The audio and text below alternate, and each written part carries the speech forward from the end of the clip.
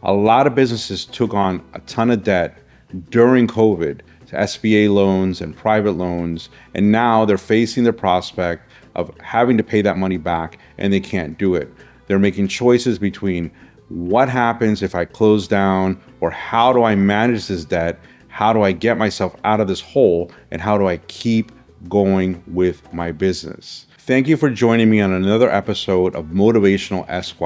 My name is Diego Mendez. Not only am I the host of this show, but I'm also an attorney who has been practicing law here in Florida for almost 20 years. I represent a lot of people in a lot of different situations, specifically people who are losing their homes in foreclosure and businesses that have accumulated way too much debt.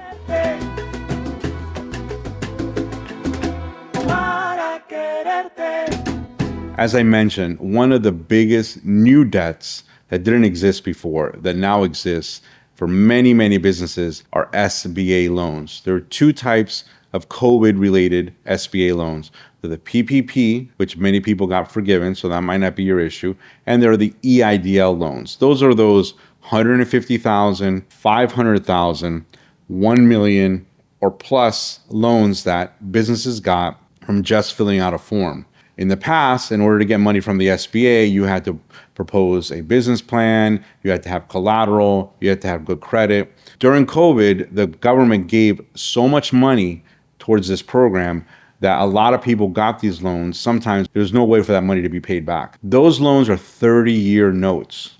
That means that you have 30 years to pay them. It's like a house, except that when you have a house, you live in the house, and eventually you can sell the house if you can't pay the debt and pay it off. With an IDL loan, an SBA IDL loan, you have to pay it back because there's nothing backing it up. There was no collateral requirement. There was nothing that backs up the value of these debts. So a lot of people got themselves into a lot of trouble. $500,000 over 30 years means that if you were a 50-year-old man, you took on an EIDL loan, you're going to be 80 years old and still paying $3,500 a month. That is a lot of money, a lot of responsibility. People come to me with those situations because businesses change. Sometimes businesses were not set up for that, and now they have these huge debts that they cannot pay. A subchapter 5 bankruptcy can many times manage that debt, and you can propose a plan that you might have to pay back a large portion of it, or you might be able to bring down the debt in some way. It's not the easiest thing to do, but it is a potential way to get out of the situation that you're in, especially if your business has no hard assets. If it doesn't have any real estate or vehicles, if you're just a service business, a lot of times the SBA loans can be wiped away and you can start over. That is a very, very powerful tool.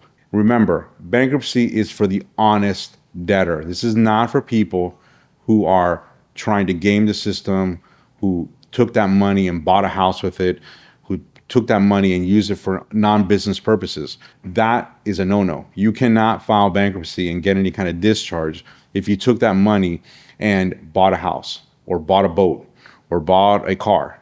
That was not the purpose of the money. The purpose of the money is to keep your business going.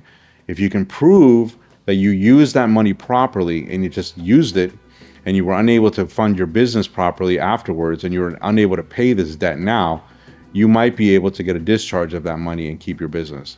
It is worth exploring because a lot of people can't pay $3,500 a month for 30 years.